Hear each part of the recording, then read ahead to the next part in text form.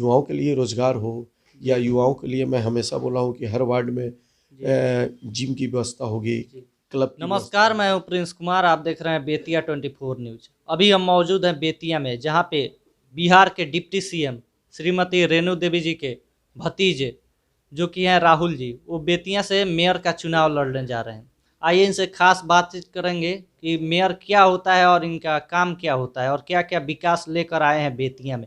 बहुत बहुत स्वागत है सर इस चैनल में। बहुत बहुत धन्यवाद आपका। जी मेयर क्या होता है? जी मेयर तो कुछ नहीं होता है। जी पहले तो होता है गरीबों की सेवा करना, जी अपने लोगों के बीच में जाना जी और अपने लोगों के साथ दुख सुख बांटना, जी उसके दुख को अपना दुख समझना। जी तो चुनाव तो आती है और चुनाव जाती है, जी और जब आप किसी के दुख में खड़ा रहिएगा, जी जब उनके हर चीज़ों में आप उनके रूप में स्वयं रहिएगा, जी तो आज पूरा शहर, जी पूरा यूथ जी हमारे साथ है।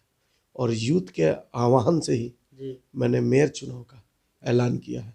और ये चुनाव राहुल कुमार नहीं लड़ रहा है, जी ये चुनाव एक एक युवा यूथ पीढ़ी चुनाव लड़ रहा है, ना कि राहुल कुमार लड़ रहा है। ये बताइए, मेयर का काम क्या होता है? बहुत सारे लोग गांव से देख रहे होंगे वीडियो, वो लोग समझ ही नहीं पाते हैं कि मेयर होता क्या है और काम क्या होता है। देखिए, पहली बार बेतिया नगर निगम क्षेत्र जी मेयर के रूप में हुआ है। जी तो जब मेयर की बात आती है तो फिर विकास की बात आती है। जी जी मेयर मतलब कि जो भी हमारे यहाँ 8 पंचायत जुड़ी है, जी जो गांव थी, जी वो 8 पंचायत को भी जी एक मॉडल दिशा देना, पूरे शहर को जी स्वच्छ भारत करना, स्वच्छ भारत जो अभियान है, जी पूरे शहर को एक नई दिशा देना। जी तो बेतिया पहली बार मेयर हुआ है। जी तो मैं तमाम आपके न्यूज़ चैनल के सभी दर्शकों को धन्यवाद देना चाहूँगा जी कि बेतिया मेयर का जो शूट हुआ है, जी तो युवाओं के आह्वान पे मैंने ये चुनाव लड़ने का आह्वान किया। जी। क्या इसके पहले भी कोई चुनाव लड़े हैं आप? नहीं, मैं आज तक कभी जीवन में कोई चुनाव नहीं लड़ा हूँ, पहली बार आ रहे हैं? पहली बार आ रहा हूँ। जी। क्या उम्मीद है बेतिया के लोगों से, समस्त जनता से? बस जनता का सेवा करना है। जी वो तो जनता आपको जब जाइएगा, जब आप नगर निगम क्षेत्र में घूमिएगा, तब समझ में आएगा जी ना कि मैंने जनता के लिए और अपने लोगों के बीचों में क्या किया है। जी।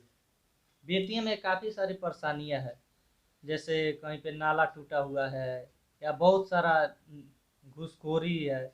जैसे वार्ड के लिए रुपया आता है तो लोग 50% रख भी लेते हैं। इस पे क्या कहना चाहेंगे? देखिए, भ्रष्टाचार मुक्त जी बेतिया नगर आयुक्त रहेगा। जी बेतिया नगर निगम क्षेत्र की जो ऑफिस होगी, जी वो भ्रष्टाचार मुक्त रहेगी। जी लोगों की समस्या सुनी जाएगी जी और उनके दरवाजा पे जाके जन जन जितने लोगों की समस्या जी होगी, डोर टू डोर समस्याओं को सुना जाएगा। जी। ये चुनाव किस प्रकार होता है? कौन कौन से लोग इसमें भागीदारी लेते हैं? कि चुनाव जैसे होता है वैसा चुनाव, मेयर का चुनाव होगा, जी डिप्टी मेयर का होगा और जी मुख्य पार्षद का होगा। जी पहली बार तमाम शहर की जनता जी 3 लोगों को वोटिंग करेंगी। जी। अभी यहाँ पे कितने लोग खड़ा हुए हैं मेयर के चुनाव के लिए? अब तो ये मुझे नहीं पता। नहीं पता है। जी। और ये बताइए कि बेतिया में जो है आप पहली बार चुनाव लड़ रहे हैं, कैसे महसूस कर रहे हैं? महसूस क्या करना, हमारा तो परिवार ही राजनीतिक जी परिवार रहा है और हम लोग ने हमेशा ऊंचाइयों पे गए हैं। जी जनता की बदौलत से ही इस मुकाम पे हम लोग पहुंचे जी हैं। तो जब आप जनता के बीच में जब काम करिएगा, जी तो जनता जो उसका फल है, जी। वो बहुत मीठा फल देगी। ये बताइए बेतिया में जो ऐसे जी जाम की समस्या। जी तो जाम की समस्या के लिए मैं हर सोशल मीडिया के माध्यम से जी कह रहा हूँ कि पहली बार जी यातायात व्यवस्था जी की एक नई पहल मैं अपने रूप में करना चाहूँगा जी कि लोगों को आगमन के लिए जी बिल्कुल समय ना लगे, लोग समय का उपयोग सुचारू रूप से जी करेंगे, जी उनको जाम से जी 100% निजामत मिलेगी। जी। और जाते जाते अपने दर्शक से क्या कहना चाहिएगा? मैं दर्शकों को जो कहना चाहूँगा इस जी कोरोना काल में जी कि पहले तो आप दोनों टीका लगवाएं। जी जो लोग एक टीका लगवाए हैं वो दूसरा भी टीका लगवाएं, जी और जिन्होंने अभी तक टीका नहीं लगवाया जी है, तो मैं उन लोगों से कहूँगा कि आप टीका जरूर से जरूर लगाएं। जी कोरोना महामारी के इससे बड़ा इलाज आज की दुनिया में कोई नहीं है। जी।